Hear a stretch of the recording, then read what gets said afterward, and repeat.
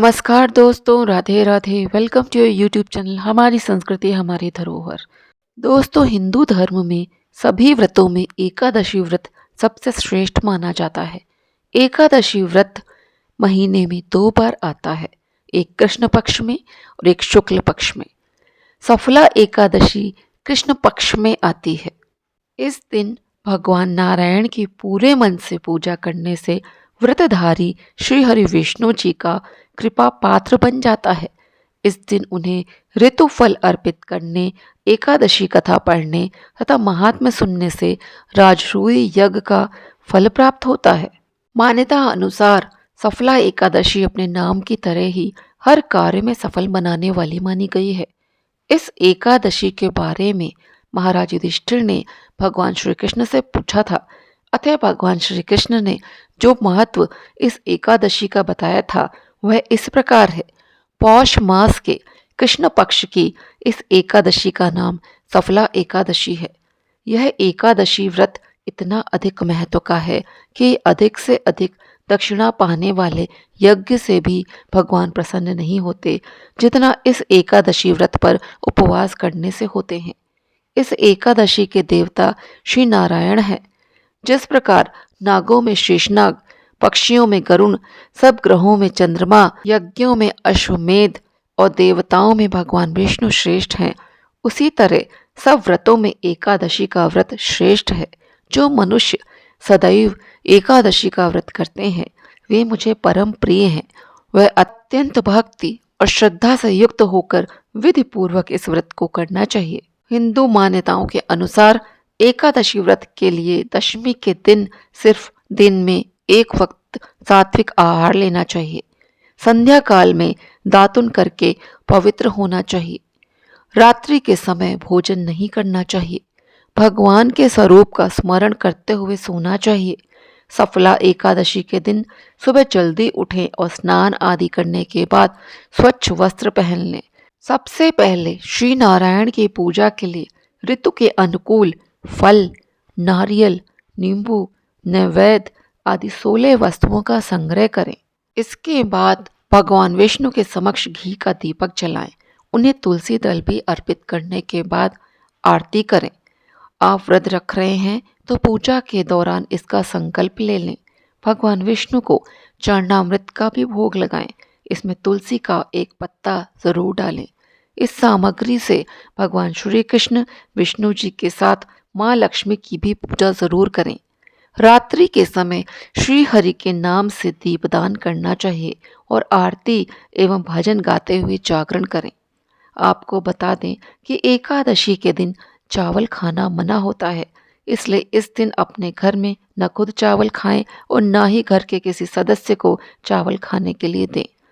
इस एकादशी के व्रत के समान यज्ञ, तीर्थ, दान, तप और कोई दूसरा व्रत नहीं है। पारण तिथि के दिन द्वादशी समाप्त होने से पहले पारण कर लें।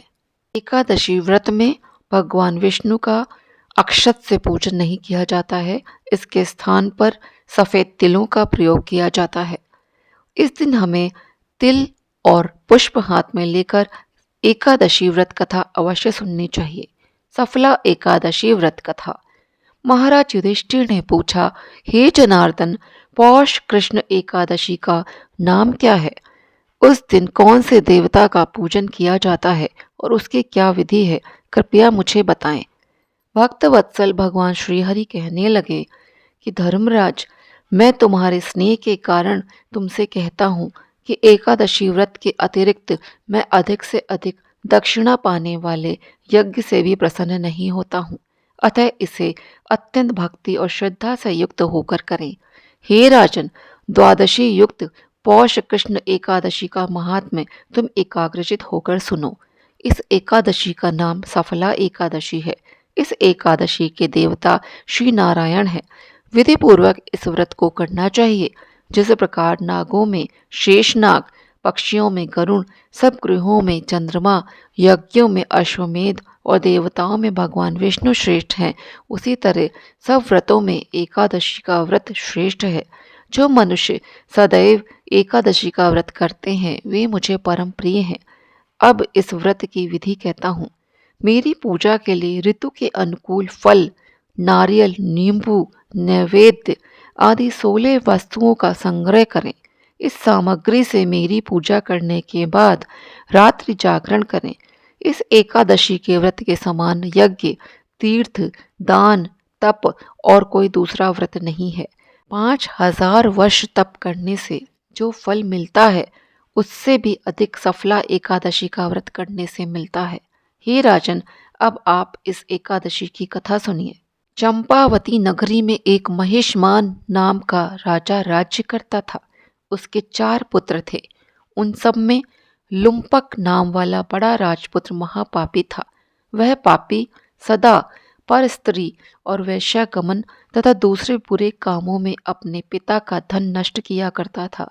सदैव ही देवता, ब्राह्मण, वैष्णवों की निंदा किया करता था।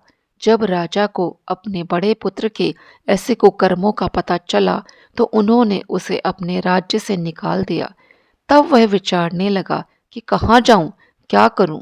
अंत में उसने चोरी करने का निश्चय किया। दिन में वह वन में रहता और रात्रि को अपने पिता की नगरी में चोरी करता तथा प्रजा को तंग करने और उन्हें मारने का कुकर्म करता। कुछ समय पश्चात सारी नगरी भयभीत हो गई। वह वन में रहकर पशु आदि को मारकर खाने लगा।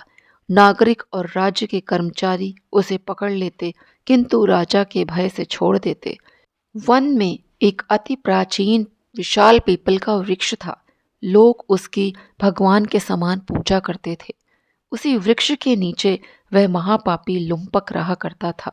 इस वन को लोग देवताओं की क्रीड़ा स्थली मानते थे। कुछ समय पश्चात पौष कृष्ण पक्ष की दशमी के दिन वह वस्त्रहीन होने के कारण शीत के चलते सारी रात्रि को सो नहीं सका। उसके हाथ पैर अकड़ गए। सूर्योदय होते होते वह मूर्छित हो गया।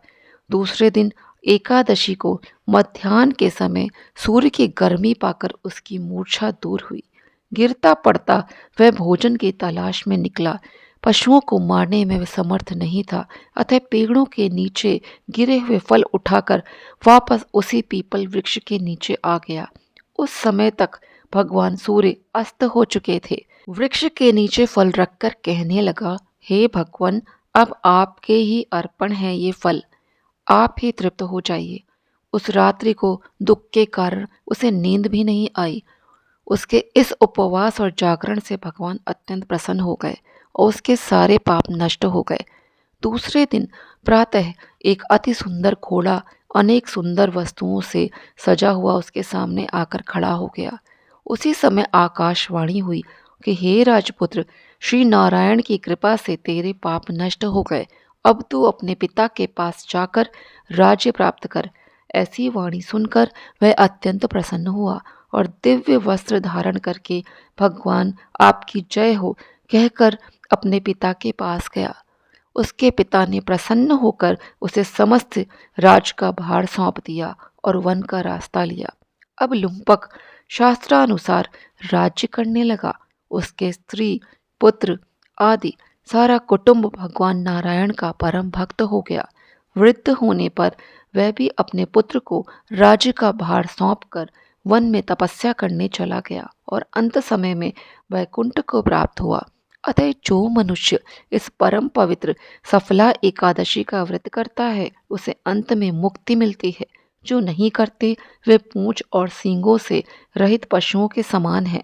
इस सफला एकादशी के महात्म्य को पढ़ने से अथवा श्रवण करने से मनुष्य को अश्वमेध यज्ञ का फल प्राप्त होता है। इस सफला एकादशी के महात्म्य को पढ़ने से अथवा श्रवण करने से मनुष्य को अश्वमेध यज्ञ का फल मिलता है। सफला एकादशी के दिन हमें निम्न मंत्रों का जाप करना चाहिए। ओम कृष्णाय नमः। ओम ह्रीं श्रीं लक्ष्मी वासुदेवाय नमः। ओम नमो भगवते वासुदेवाय। ओम नमो नारायणाय। तो दोस्तों, आज का वीडियो मैं यहीं पे समाप्त करती हूँ। आप सभी को सफला एकादशी की हार्दिक शुभकामनाएं। जय श्री कृष्ण, जय श्री राधे।